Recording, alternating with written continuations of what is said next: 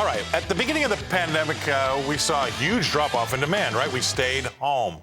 Retailers adjusted and stopped orders, or at least they drastically reduced them.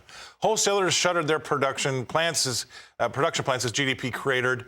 The economy opened up. Retailers saw fantastic demand and ordered accordingly, right? Plus a little extra to get out in front of this awakening demand and skyrocketing prices. Well, now the ports have largely cleared. The backlog of ships has been greatly reduced. Retailers are stocked, maybe even overstocked, and the customers aren't really responding. They may have been satisfied or no longer have the money. But last week showed us that Target, Walmart, and maybe even Kohl's may need to employ some wholesale reduction in inventories with massive price reductions. It'll be interesting to see if this is the whiplash effect that we've been talking about and leaves retailers to shedding jobs. Whatever the case, the road does look bumpy with this uneven inventory. Please welcome Rebecca Walser to the show. Rebecca, I think this is an interesting topic because it's easy to think about a snake and, you know, the food going through the snake nice and evenly, but because of our supply chain disruptions, it's like every 4 inches of the snake is a bowling ball, right, or something. Like it's not going through like we would like it to go through. And here we sit with maybe the GDP shrinking, fuel through the roof, food through the roof, but some of these ancillary items that we've been having to wait for that have been on ships have now come in, but they're not flying off the shelves anymore. What's going on? Yeah. So is that because we have some kind of maybe stag deflation coming? I mean, that would be a great situation, right, Scott? We've been worried about this supply chain crisis, the stores running out. And now if that actually turns out not to be the case and that people are just spending so much of their money on food and energy, gasoline, right, that they're not going to the stores to buy those extra consumer, purchases that are maybe just discretionary, then these things are sitting. And so inventory might pile up, and we might actually see, instead of stagflation, we might actually see stag deflation, which would be very unusual, right, Scott? In the history of economic occurrences, we don't see that very often, if ever, and it's usually, and so it would be these very unique circumstances where we had, and we still have, coronavirus shutdowns in China that would impact the supply chains. But if people are using so much of their money outside, or if they've gotten used to not having what they want at their fingertips and they're starting to look for other mechanisms to get that, maybe through Amazon or something online, then you could see inventories sitting and piling up and people not actually buying when there's actually a plethora at the store, which would be a great thing to happen right now.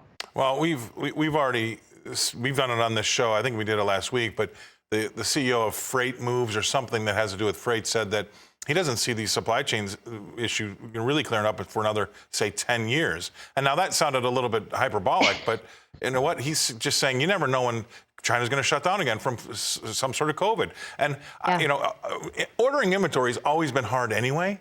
I can't imagine having to do it now, because how can you plan for something you don't know about? I mean, it's almost impossible. So it'll be interesting to see, hey, do we get these wholesale liquidations because they just can't get it right, which so far seems to be the case. Again, I think it was a watershed moment with Walmart, Kohl's, and Target last week. What do you think? Absolutely, Scott. I mean, that definitely sent shockwaves through retail. We saw it. We know it.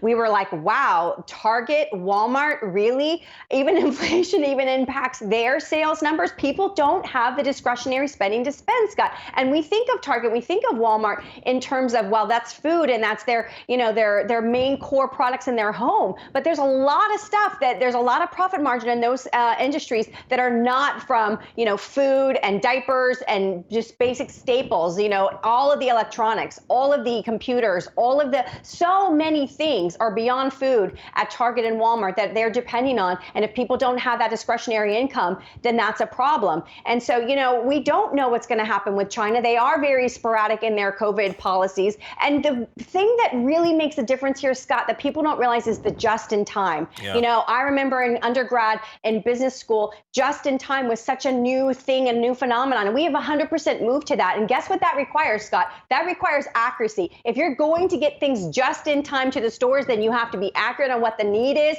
and when it's going to arrive. And if you can't get those two things accurate, you're going to have inventory problems. And that is exactly what's going on in the last 18 months. Really, we've had these problems. And they're calling it now. They've got all these new names out there, Rebecca. So you have to order a little bit. You have to order a little bit extra in your just in time now, because you need to have something just in case, right? So you're not going to be able to make the returns anymore because you're going to have stuff sitting around in the warehouse that's actually going to start costing you money. And to that effect, I've said this, maybe I've said this to you, and I apologize if I haven't, right? But watching Shark Tank, up until now, the first thing out of their mouths to optimize these companies that are trying to get funding is, have you thought about production in China? I wonder what kind of wholesale changes people are going to have in their thought process about doing that again, where we might, maybe we just don't make as much money, but we can guarantee we can sell a product. Let's see one of the sharks say, hey, have you considered moving to Vietnam? right, or some other place. But I think that's going to have to change, number one. Number two, Target was the darling over the pandemic, right? About how well they did. And that guy was hailed as a hero. Now, if it can happen, I think also, if it can happen to him, it can happen to anybody because it came on so quickly. So everything that they ordered, they were confident they'd be able to sell because everybody had the money. But by the time it got here, they didn't have the money.